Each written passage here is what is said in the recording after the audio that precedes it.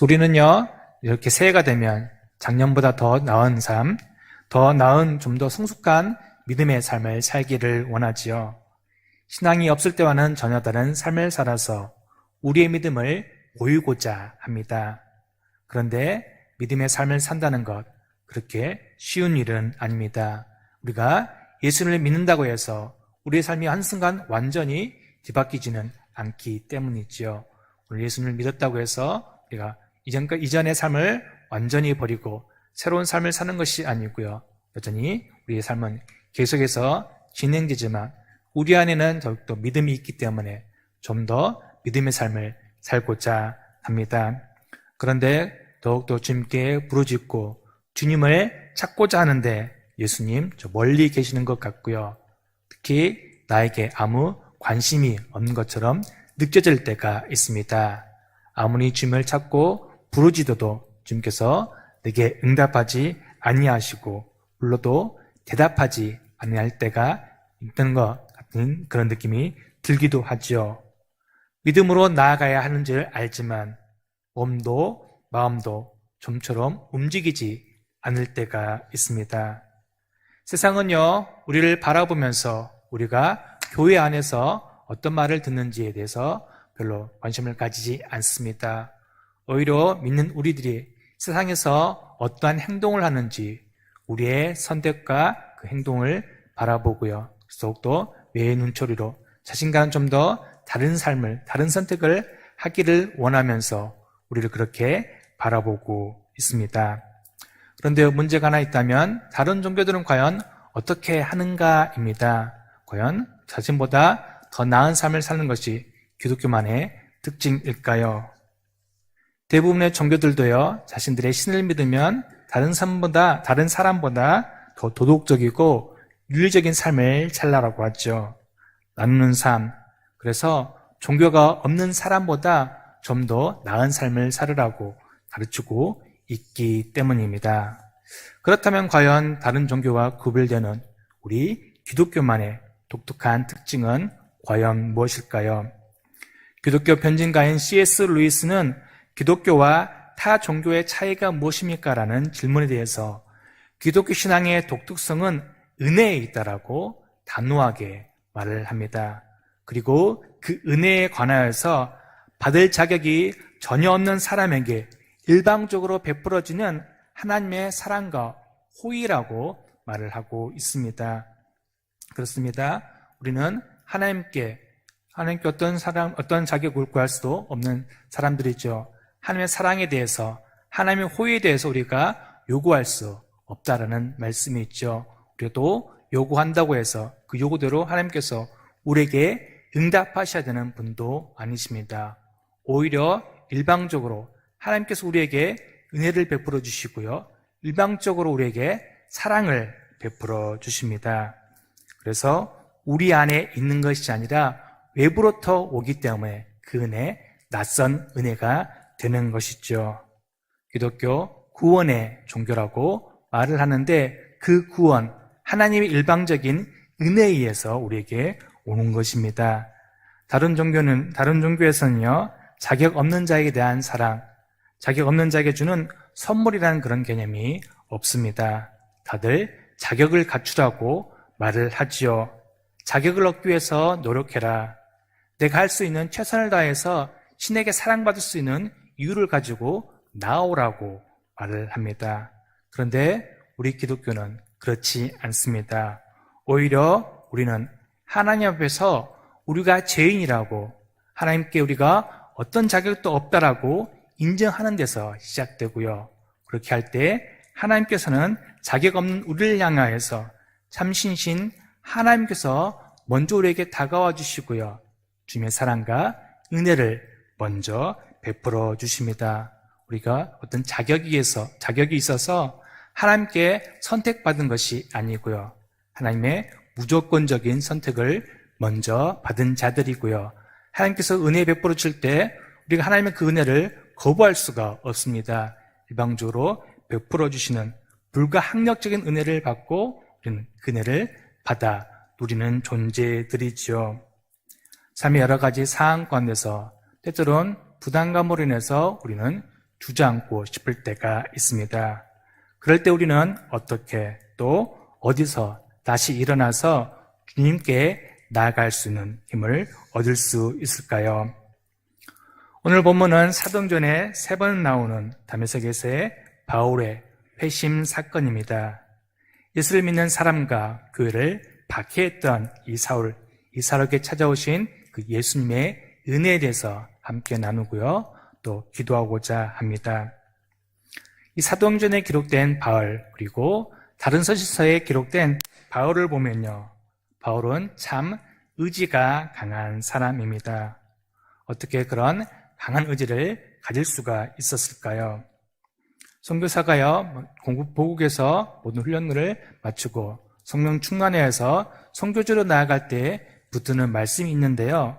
사도행전 20장 24절 말씀입니다. 화면 나올 수 있을까요? 말씀 띄워주시면 감사하겠습니다. 함께 읽어보겠습니다. 내가 달려갈 길과 주 예수께 받은 사명 곧 하나님의 은혜의 복음을 증언하는 일을 마치려 하면은 나의 생명조차 조금 더 귀한 것으로 여기지 아니하노라. 아멘. 이 말씀 사도 바울이 고난과 환난이 기다리고 있는 예루살렘으로 가는 중에 그를 걱정하는 이들에게 한 말입니다.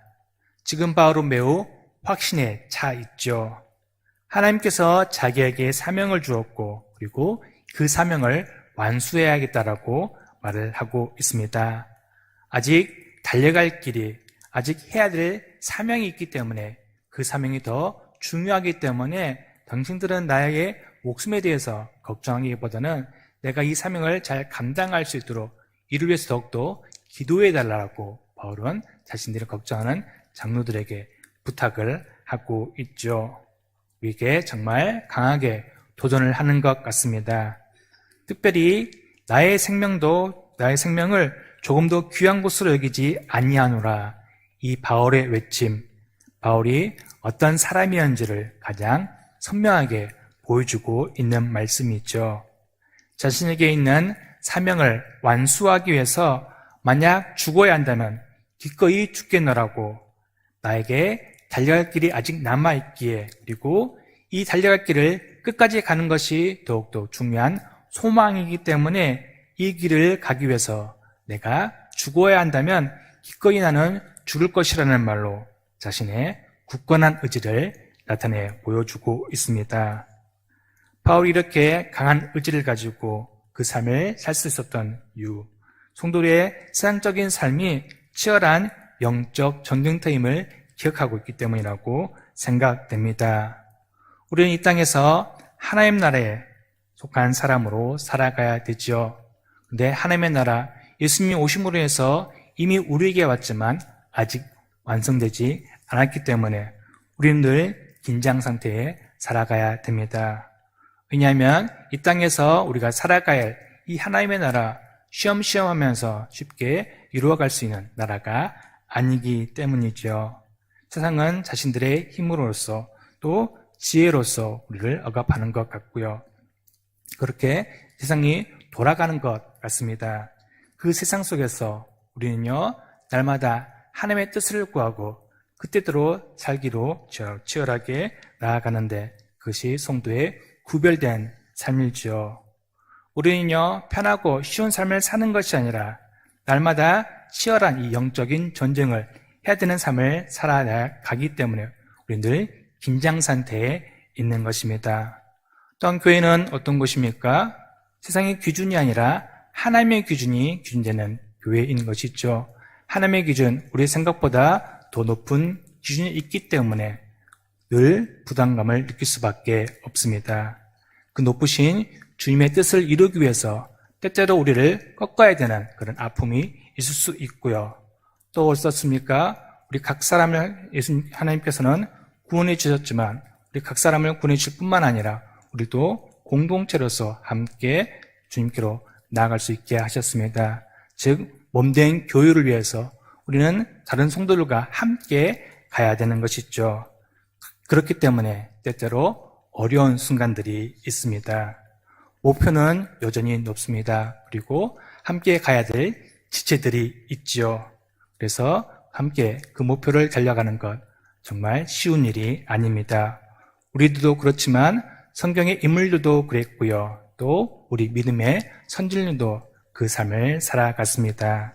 하지만 성경의 인물들이 그리고 우리 믿음의 선조들이 깊은 절망을 느끼기도 하고 좌절을 느끼기도 했지만 다시 일어나서 그 길을 걸었고요. 끝까지 주님께로 나아갔습니다. 과연 그들은 어떻게 그 일들을 감당할 수가 있었을까요? 오늘 본문은 바울 사역에 대해 우호적인 태도를 취했던 총독 베데스와 유대 본부왕 아그리빠에게 자신의 회심에 대해서 설명한 부분입니다. 이 베스도 유대 사람들이 바울을 고발했고요. 이에 대해서 어떤 선고를 내려야 되는데 자기 혼자 내리기가 힘드니까 유대인의 정서를 잘 알고 있는 아그리빠 왕의 도움을 받고자 해서 그를 불러옵니다. 그와 함께 바울의 증언을 들어보기로 하지요. 이 아그리빠 왕 유대인 정서를 잘 알 뿐만 아니라 그들의 신앙에 대해서 잘 알고 있는 사람들입니다. 그래서 바울의 그 변호에 대해서 주의 깊게 듣고 있습니다. 그래서 바울은요, 자신의 회심에 대해서 길게 설명하는 부분이 오늘 26장의 말씀입니다.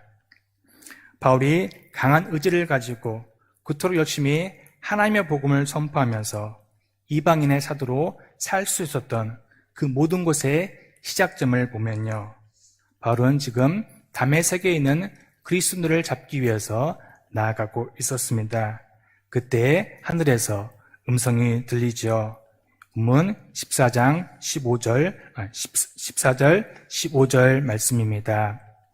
우리가 다 땅에 엎드려짐에 내가 소리를 들으니 히브리 말로 이르되 사울아 사울아 내가 어찌하여 나를 박해하느냐 가시체를 뒷발질하기가 내게 고생이니라.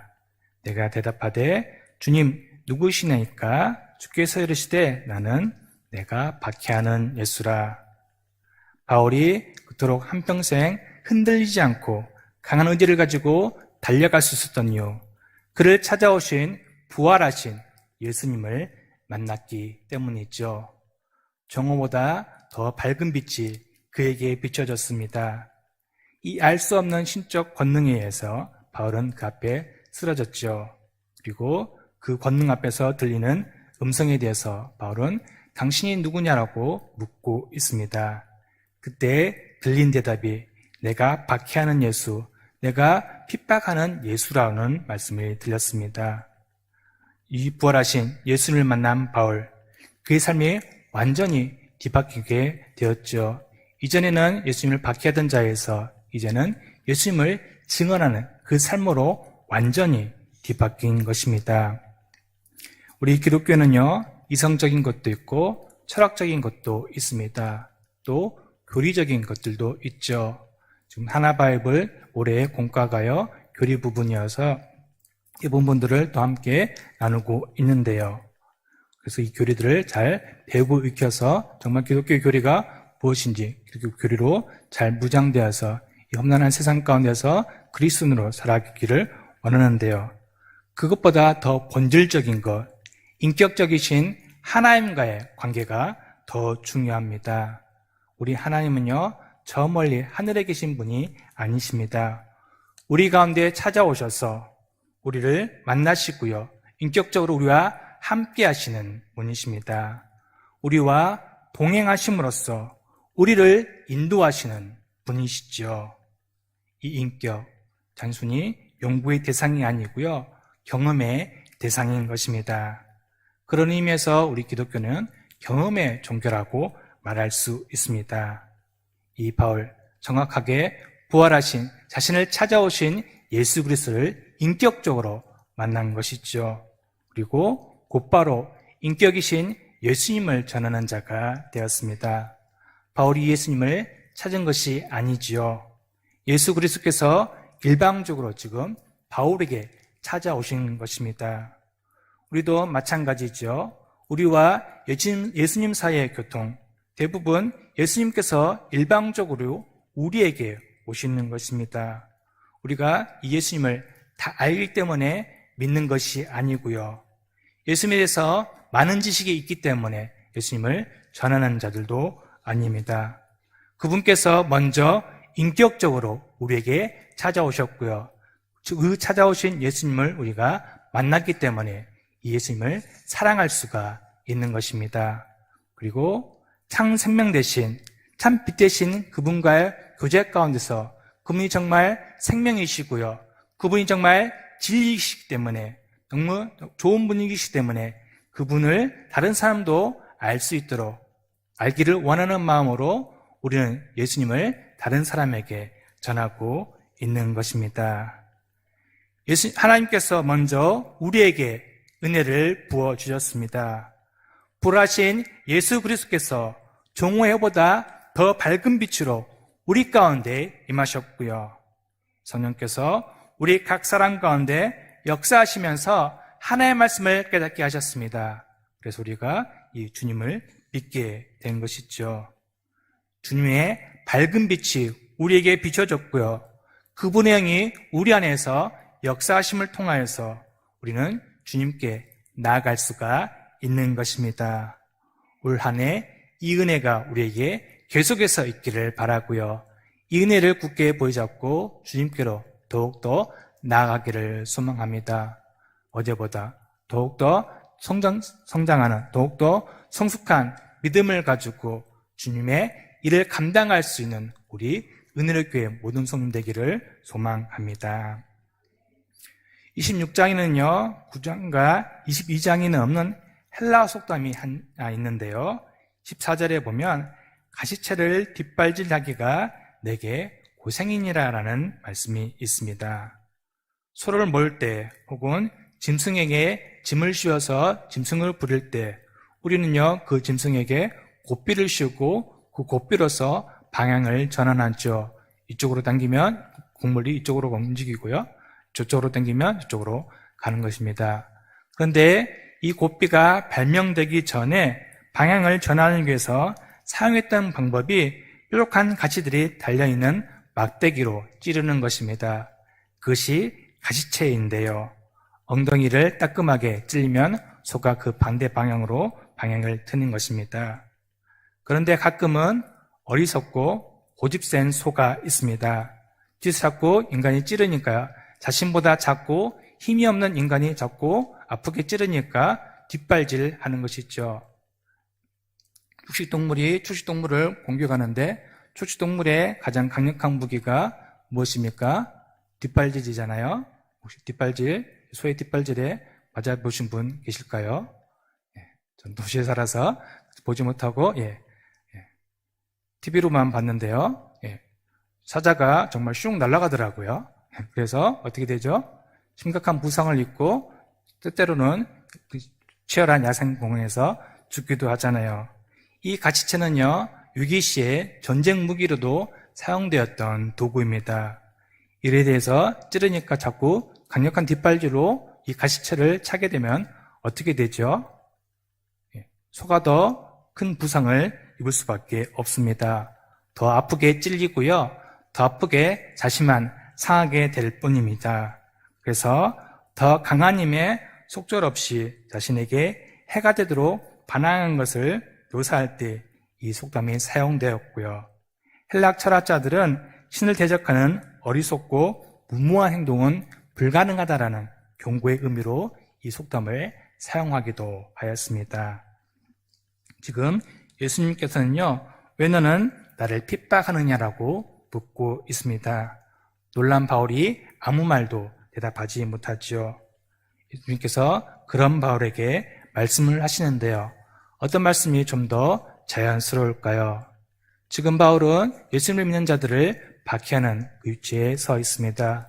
그래서 내가 이렇게 열심을 다해서 핍박을 하니까 내 사람들이 너무 힘들어한다. 그래서 나도 힘들다는 말이 조금 자연스러울 것 같습니다.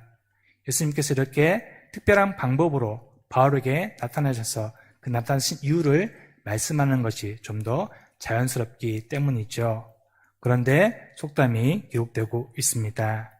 가시채를 뒷발질하기가 내게 고생이니라. 누구에게 고생이라고 예수님께서 말씀을 하고 계시죠? 예수님께 고생입니까? 핍박을 하고 있는 사울이 고생이라고 말씀을 하고 있는 것이죠. 사울아, 너에게 고생이 크기 때문에 이제 그만하라는 것입니다. 이 속담은요, 한 유대 철학자는 양심이라는 것에서 양심이 사람에게 상처 입은 것과 관련해서 인용된 바가 있는데요. 그래서 신학자 브루스는 이 속담을 양심과 싸우는 바울의 모습과 관련된 표현이라고 말을 하기도 합니다. 그동안 바울이 그리스도를 핍박했던, 그래서 내면에 거슬렸던 양심을 일깨워왔다는 말씀이죠. 사울의 회심에 대해서 말씀하고 있는 22장을 보면요, 특별히 20절에 보면 바울은 자신이 스데반의 죽음에 깊이 관여되었다고 고백을 하고 있습니다. 그래서 이후로 명시적으로 바울의 심리 상태에 대해서 말씀하고 있지 않지만 아마 이 스데반의 죽음, 바울에게 큰 충격과 도전을 주었던 것으로 추정됩니다. 스데반의 말씀에 대해서 길게 기록하고 있고 회심의 부분에 대해서 22장 또 26장에 대해서도 말씀하고 있는 것을 보면요, 특별히 스데반 순교하면서 어떤 모습으로 나아갔습니까? 순교하면서 그들의 죄를 돌리지 말라고 마치 예수님의 기도처럼 기도했고요, 또 선사처럼 환한 얼굴로 변한 모습을 보여주었습니다. 바울에게 큰 충격으로 다가왔을 것입니다. 바울은 본인 스스로 고백하기에 예수님의 이름을 대적하는 악명 높은 사람이었습니다. 어렸을 때부터 철저한 유대인의 삶을 살았던 그이지요. 5절에 보면 가장 엄한 팔을 따라서 바리새인 생활을 해왔다고 고백을 하고 있는데요. 잘 알다시피 바울은 가말리아의 문화에 있었으니 그가 얼마나 율법에 대해서 밝으며 얼마나 철저하게 율법을 지켰는지를 우리는 잘 생각해 볼 수 있습니다. 그 열심이, 율법에 대한 열심이 나사렛 예수를 대적하는 많은 일을 해야 된다고 굳게 다짐을 하고요, 또 그리스도를 박해하는 데 몰두하였습니다.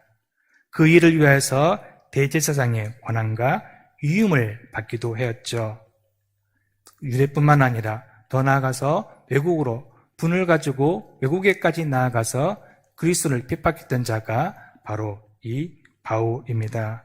그래서 그는 디모데전서 1장 13절 그리고 15절에 이렇게 고백을 합니다. 13절 말씀을 보면요, 내가 전에는 비방자여 박해자여 폭행자였으나 도리어 국류를 입은 것은 내가 믿지 아니할 때 알지 못하고 행하였음이라고 고백을 하고 있고요, 15절 하반절에 보면 내가 죄인 중에 내가 괴수라고 말씀을 하고 있습니다.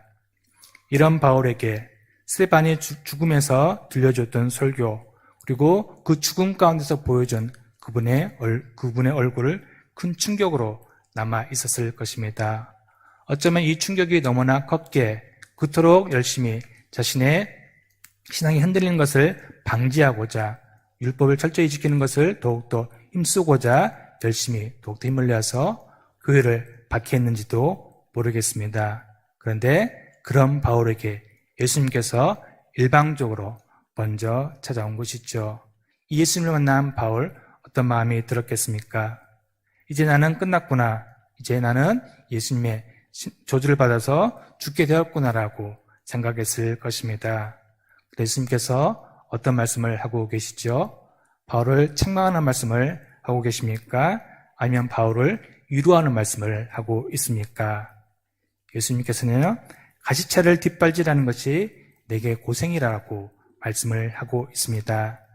나를 향한 너의 핍박이 오히려 너를 너무나 상하게 하는구나. 그 핍박을 거두고 그 마음의 고통에서 벗어나서 이제는 내 안에서, 예수님 안에서 진리와 함께 사는 삶을 살라라고 예수님께서 먼저 찾아와 주시고 사랑의 손길로 바울에게 내밀어 주시는 것입니다. 그 주님의 큰 사랑 때문에, 크신 은혜와 자비 때문에 여전히 사랑하시는, 내가 비록 예수님을 박해했을지라도 나를 여전히 사랑하시는 그 예수님의 사랑 때문에 바울은 완전히 굴복하게 된 것이고요. 이제 완전히 바울이 그 방향을 바꿔서 예수님을 빼앗겼던 자에서 예수님을 증언한 삶을 살 수 있었던 것이죠. 그런 바울에게 예수님께서는 일어나서 너의 발로 서라고 말씀을 하고 있습니다.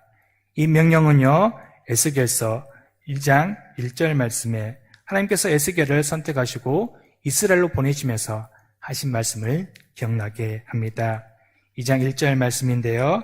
그가 내게 이르시되 인자야 내 발로 일어서라 내가 말하리라 하시며, 에스겔 포로된 이스라엘 백성에게 나아갈 때 하나님께서는 에스겔에게 말씀을 주시면서 이스라엘을 이끌 말씀을 에스겔에게 주셨습니다. 그와 마찬가지로 지금 바울에게 일어나서 너의 발로 살아라고 말씀을 하고 있죠. 그 부활하신 예수님께서 바울을 찾아오신 이후 바울을 이제 자신의 종과 자신의 증인으로 삼아서 이스라엘과 이방인을 구원하기 위함이라고 성경은 우리에게 말씀해주고 있습니다. 이제 바울은 예수 그리스도께 사로잡혀서 오직 복음 전파의 사역을 감당하는 자가 되었음을, 죽음에서 부활하시고 살아계시면서 하늘 영광 가운데서 이루고 계시는 그 주님을 목격한 증인으로서 그분을 전하는 사명을 부여받았음을 말씀을 하고 있는 것입니다. 예수님께서는 너에게 지금 사명을 주기 위해서 나에게 왔다라고 말씀하시면서 일어나서 나아가라고 말씀을 하십니다. 이제 바울은 어떤 특권을 행사할 수 있는 그 소유를 가진 사람이 아니라 예수님으로부터 부여받은, 예수님부터 할 일을 받은 종으로서의 삶을 살아갑니다. 하나님의 사람이 끝까지 그 믿음의 길을 걸어갈 수 있었던 힘, 넘어져도 일어나서 나아갈 수 있는 그 힘과 능력은 바로 주님의 영광을 보았을 뿐만 아니라 그 영광 중에 나를 찾아오신 그 주님이 나를 사랑하신 분이라는 것을 깨달았기 때문이죠. 주님께서 내 이름을 부르십니다. 밝은 빛 가운데서 우리에게 손 내밀시면서 그 손으로 우리를 잡아 이끌어가고 계십니다. 그 주님 때문에, 나를 사랑하시는 주님 때문에, 나를 위하여서 십자가에 달려 죽으시고 부활 흥찬하시고 다시 오실 그 예수 그리스도께서 우리를 사랑하시기 때문에, 우리를 사랑하셔서 그 모든 일을 다 행하셨기 때문에 우리는 주님의 손을 잡고 넘어져도 다시 일어나서 주님께 나아갈 수가 있는 것입니다. 힘들어도, 아무리 어려워도 우리가 다시 일어날 수 있는 이유, 주님의 사랑의 손길이 우리를 붙잡아주고 있기 때문입니다.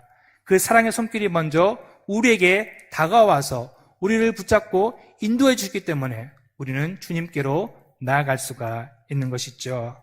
주님께서 원하시면 우리가 비록 상한 마음을 가지고 있더라도 다시 일어나서 주님을 사랑하면서 세상을 사랑하면서 나아갈 수가 있는 것이고요. 주님께서 오라고 우리를 부르시면 우리는 기도의 자리에 나아가서 주님의 뜻을 강구하고 그때대로 살고자 하는 것입니다. 영광 가운데 계신 이께서, 만물을 창조하신 주님께서 우리를 사랑하고 계십니다. 종호의 태양보다 더 밝은 빛으로 먼저 우리에게 임하시고요, 우리의 갈 길을 인도하시는 분이 주님이십니다. 우리의 아픔에 대해서, 우리의 상함에 대해서 우리보다 더 잘 아시고 우리를 더 인격적으로 치유할 수 있는 분이 바로 예수 그리스도입니다.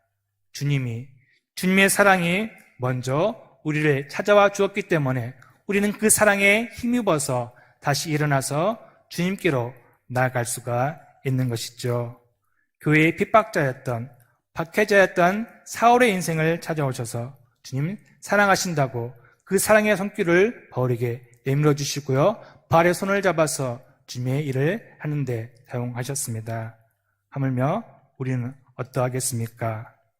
우리는 하나님의 사랑을, 하나님의 은혜의 사랑을 받은 자들입니다.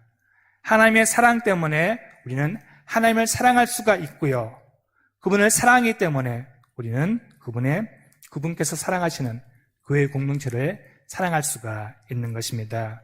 그리고 주님께서 사랑하시는 이 세상을 사랑할 수가 있는 것이죠.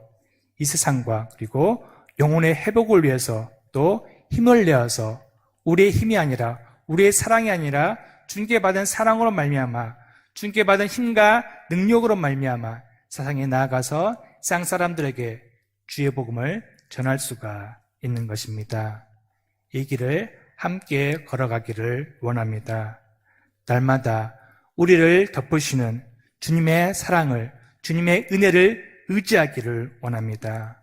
그리고 주님과 함께 주의를 감당할 수 있는, 주님의 큰일을 감당할 수 있는 저와 우리 은혜의 교회 모든 성령 되기를 간절히 소망합니다.